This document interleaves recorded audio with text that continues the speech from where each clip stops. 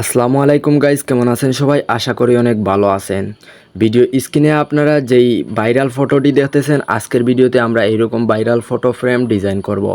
এইরকম viral photo frame আমরা আজকের ভিডিওটি দেখার পরে মাত্র 1 মিনিটে ডিজাইন করতে পারবো। তাহলে চলুন বেশি পকর না করে ভিডিওর মূল কাজে চলে যাই। ভিডিওটি শুরু করার আগে বলে রাখি, আপনি যদি এই চ্যানেলে নতুন হয়ে থাকেন তাহলে অবশ্যই চ্যানেলটিকে সাবস্ক্রাইব করে দিবেন আর পাশে থাকা বেল আইকনটি বাজিয়ে রাখুন, যাতে এই চ্যানেল থেকে এরকম আরও নতুন ভিডিও আপডেট সবার আগে পেতে। এইরকম আমরা ভাইরাল ফটো এডিট করার জন্য আমাদের এই পিক্সেল ল্যাব অ্যাপসটির প্রয়োজন পড়বে। আর আমি জানি যারা এডিট করেন তাদের কম বেশ সবারই এই পিক্সেল ল্যাব অ্যাপসটি আছে। যাদের নাই তারা ভিডিও ডেসক্রিপশন বক্সে লিঙ্ক পেয়ে যাবেন, ওইটা ডাউনলোড করে নেবেন। তারপরে এইটা আপনারা ওপেন করে নেবেন।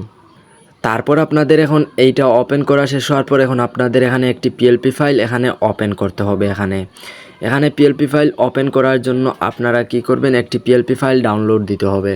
আর পিএলপি ফাইলটি আমি জিপ ফাইল আকারে রাখছি, ভিডিও ডেসক্রিপশন বক্সে পিএলপি লিঙ্ক লিখে লিঙ্ক দেওয়া আছে, ওখানে ক্লিক করে আপনারা পিএলপি ফাইলটি ডাউনলোড করে নেবেন।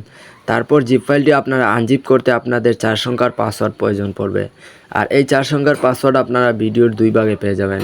সো আপনারা ভিডিও না টেনে দেখলে এই 4 সংখ্যার পাসওয়ার্ড পেয়ে যাবেন। তারপর দেখুন আমাদের এখানে পিএলপি ফাইলটি ওপেন করব, তাই আমরা উপরে 3 ডটে ক্লিক করব।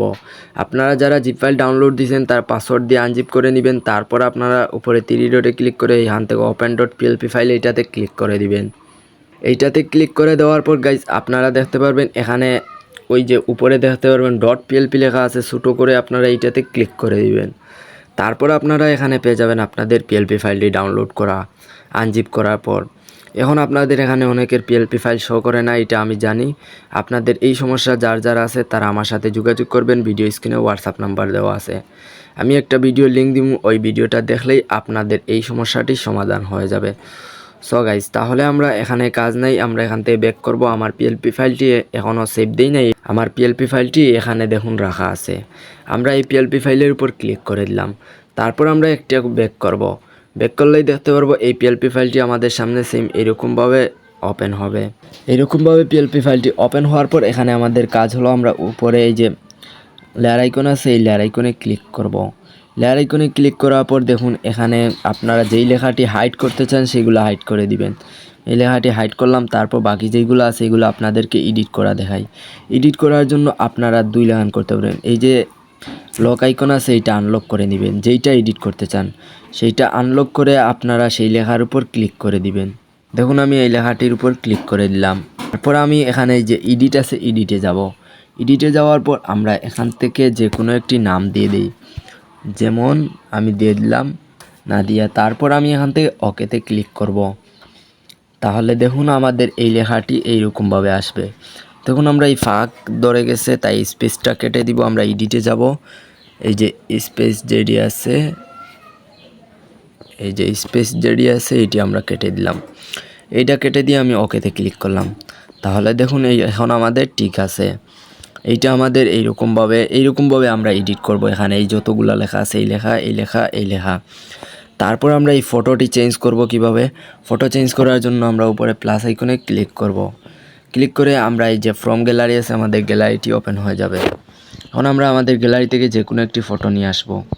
এখন আপনারা আপনাদের গ্যালারি থেকে যে কোনো একটি ফটো নিয়ে আসবেন। যেমন আমি এই ফটোটি নিয়ে আসলাম, তারপর এখান থেকে টিকমার্ক করলাম।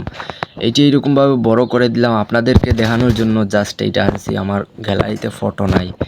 তারপর আমি লেয়ার আইকনে ক্লিক করব, সবার নিচে যাব। এইটি আমরা এরকমভাবে হাইড করে দিলে আপনারা কি করবেন, এই ফটোর জায়গায় এইটা চাপ দিয়ে ধরে এই ফটোর জায়গায় এই ফটোটি নিয়ে আসবেন। তারপর এইরকমভাবে আসবে।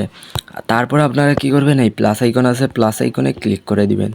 তারপর এখান থেকে শেপস নেবেন, এরকমভাবে শেপস নিয়ে এইটা এরকমভাবে করে দিবেন, এই সাইড থেকে এইরকমভাবে দিয়ে দিবেন। তারপর এখানে এইরকমভাবে রেখে দিলেন। তারপর এখান থেকে টিকমার্ক করবেন। এখান থেকে আপনারা কি করবেন, একটু এদিকে আসবেন, আসার পর এখান থেকে 2 ব্যাকে ক্লিক করে দিবেন। রিলেটিভ পজিশনে যাবেন, উপরে মাঝ বরাবর এইটা দিয়ে দিবেন, নিচের মাঝ বরাবর এইটা দিয়ে দিবেন। তারপর আপনারা এখান থেকে টিকমার্ক করবেন। তারপর লেয়ার আইকনে ক্লিক করবেন, সবার নিচে যাবেন। এই যে শেপস যেইটি আনছি এইটি আমরা এইরকমভাবে ফটোর উপরে নিয়ে আসবো।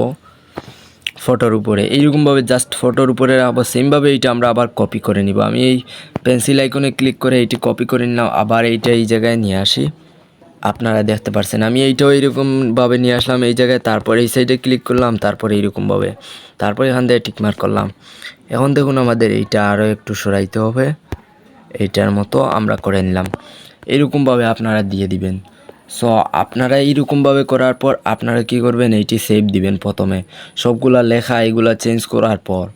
যাই হোক আমার এই ফটোটি থাকবে, আমার এই ফটোটি এইরকমভাবেই থাকবে। তারপর আমরা এইটা সেভ দিয়ে দিব, এখানে শেয়ার আইকন আছে, শেয়ার আইকনে ক্লিক করে দিব। তারপর আমরা এখান থেকে এই যে সেভ টু গ্যালারি আছে, আমাদের গ্যালারিতে সেভ দিয়ে দিলাম। তাহলে দেখুন আমাদের গ্যালারিতে এইটি সেভ হয়ে গেল। তারপর এখান থেকে সোজা বের হয়ে আমরা এই যে ইনশট অ্যাপসটি আছে আমরা এইটা ওপেন করে নিব।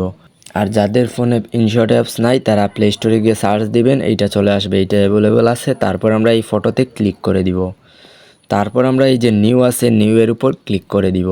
তারপর গাইজ আমরা যেই ফটোটি সেভ দিয়েছিলাম ওই ফটোর উপর ক্লিক করে দিব। তারপর এইরকমভাবে আসবে। তারপর এই যে ব্যাকগ্রাউন্ড আসে, ব্যাকগ্রাউন্ডের উপর ক্লিক করে দিব।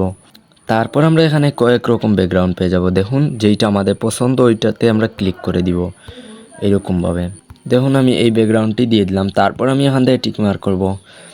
তারপরে এটি সেভ দেওয়ার জন্য আমি এই যে উপরে এক্সপোর্ট আছে আমরা এই এক্সপোর্টে ক্লিক করে দিব। এক্সপোর্টে আমরা ক্লিক করে দিলাম। তাহলে দেখুন গাইজ এটি সেভ হয়ে গেল। তারপর আমরা এখানে আর আমাদের কোনো কাজ নাই। তাহলে ভিউয়ার্স আজকের ভিডিওটি ছিল এতটুকু। তাহলে ভালো থাকবেন সবাই, দেখা হচ্ছে নতুন আরেকটি ভিডিওতে। ভিডিওটি একটু উপকারে আসলে তাহলে অবশ্যই আপনার ভিডিওতে একটি কমেন্ট করে যাবেন। ভালো থাকবেন সবাই।